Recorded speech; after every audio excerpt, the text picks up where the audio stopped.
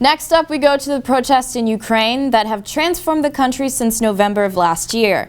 We are joined over the phone by Christina Juk, a young Ukrainian living in Chicago.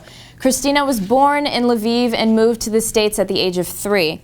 Thank you for joining us, Christina. Can you tell me how the protests in Ukraine have affected you and your family? I have family, all over Ukraine, and I have family members who just, men who just couldn't sit at home and watch it on TV, and they just packed their stuff and had to go there and fight no matter what. Because it really was a heartbreaking thing that, a country you live in and you're raised in is pretty much in flames. It was literally in flames. So. Did any of your family members in Ukraine anticipate that the demonstrations would escalate to the level that it did in the past 2 weeks?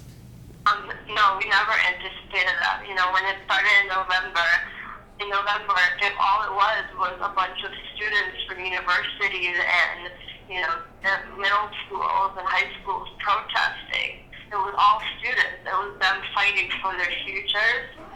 And when the riot police began beating the students, that was something catastrophic already. That was like, oh my God, how could it have escalated so far? That was something huge. I have to ask, what do you think of Yulia Tymoshenko and Vitaly Klitschko? Yulia was recently released from prison and is now seen as a martyr of sorts.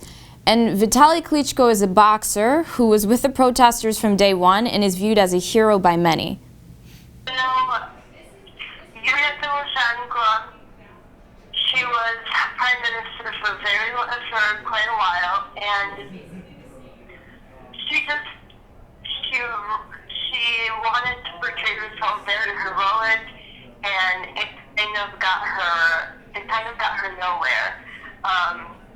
She tried to do a lot, and people did not, like our president, Yanukovych, did not appreciate her, good side of her heart, and, she was put in jail. Now that she's out of jail, she said she does not want to be president. She does not want to be prime minister or anything in the government anymore. Klitschko, on the other hand, he's a great man, but he's very young. He's very young, and he doesn't have an education in politics. He doesn't know anything about politics. He has an education. Yes, he has a university education, but it's not something that is enough to lead a country. He does not have enough experience to work in government. It's just not his area. I mean, it's great that he's putting himself out there and showing it, and it's inspiration to other younger people. But it's not the right person what we need for our country to really get back on their feet. What are your thoughts on the I Am Ukrainian video that was released right when the protests were becoming deadly?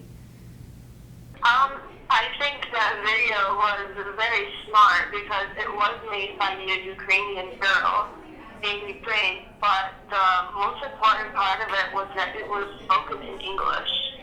Right. And the only reason that the world started to find out about it is because this video was made in English. Thank you so much, Christina. Yanukovych's house was recently opened to the public for viewing, and Ukrainians were able to see the grandeur in which the former leader lived in. Despite the hatred that most had for him, not a single item was stolen from his house.